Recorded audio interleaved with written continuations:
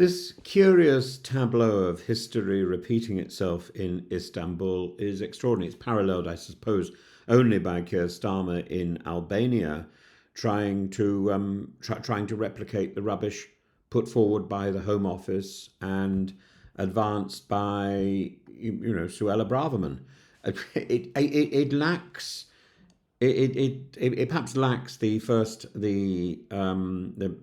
initial protagonist's nonsense of Suella Braverman standing in at the dispatch box and screaming "Invader!" And causing so much offence nationally, but it's still the same package.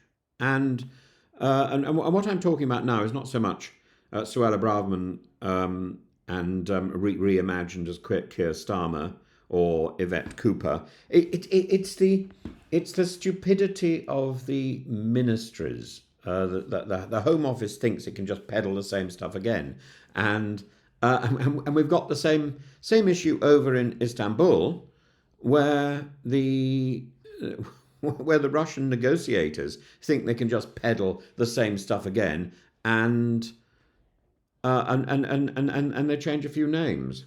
That's it. It's laziness, quite apart from duplicity. And so on the one side, you've got President Zelensky arriving in Ankara with a high-level Ukrainian delegation brimming with urgency, determination and symbolism. And on the other, you've got Vladimir Putin, conspicuously absent, dispatching a sub-tier retinue of aides, bureaucrats and intelligence operatives as a proxy to Istanbul, to the Dolmabahce Palace. The result? Dolmabahce Palace Theatre without its lead actor. And President Zelensky's arrival in Turkey today was not mere optics. Following a private 3-hour meeting with President Erdogan, he confirmed that Ukraine would send a delegation to Istanbul, led by the Defence Minister Rostim Umerov. Absent, however, are Ukraine's general staff and security service heads, a deliberate signal. The delegation is prepared for ceasefire steps, not total war planning.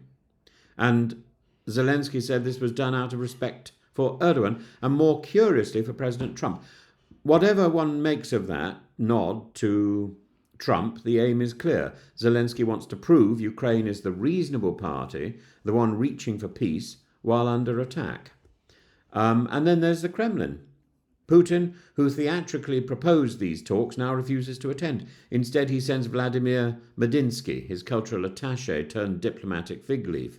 Alongside him, Deputy Defence Minister Fomin, the GRU Director Kostyukov, and the Deputy Foreign Minister Galuzin.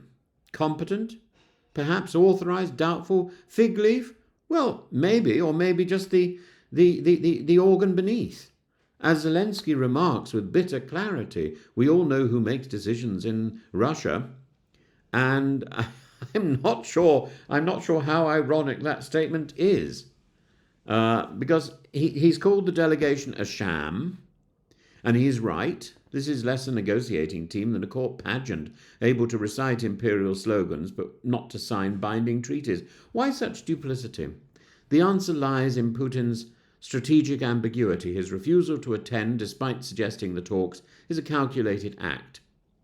He seeks to appear open to diplomacy while ensuring nothing is agreed. It's the diplomatic equivalent of Schrodinger's cat, simultaneously peacekeeping and belligerent, simultaneously dead and alive. And behind this ploy is a war machine still roaring. On the night before the talks, Russia launched over 100 drones into Ukraine last night. An unmistakable signal that these are not peace talks in earnest, but a stalling tactic. And meanwhile, Western powers tiptoe. Donald Trump, currently abroad in the Middle East, suggested he might attend the talks if they showed promise. His envoys, Mark Rubio and Steve Witkoff, are in Turkey, as is NATO Secretary General Mark Rutte, but they're in Antalya. But their presence is cautious, not commanding. Zelensky, for his part, insists any future meeting with Putin would be about a ceasefire and a prisoner exchange, nothing less. The precondition is clear. No junior delegates, no more pantomime. And Erdogan deserves credit, albeit tinged with optimism.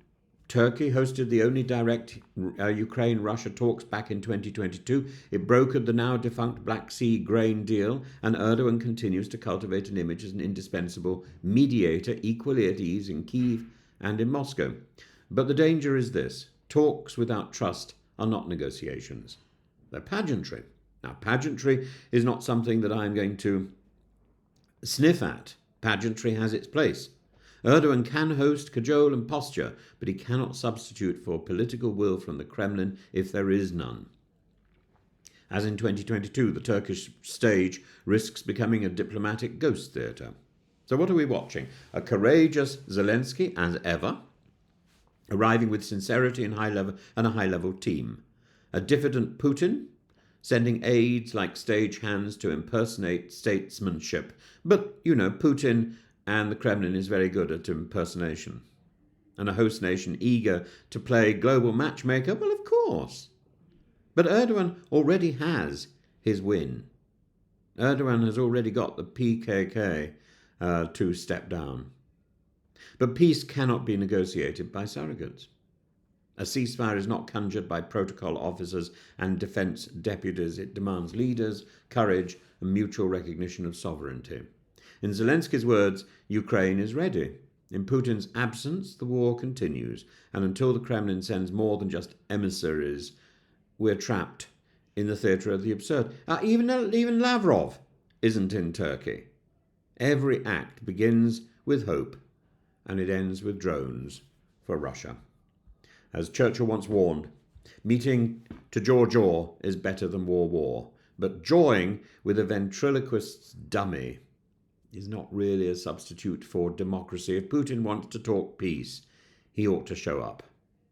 And until then, the only Russian movement is behind the fig leaf. And on the battlefield, of course, with the drones, not at the negotiating table.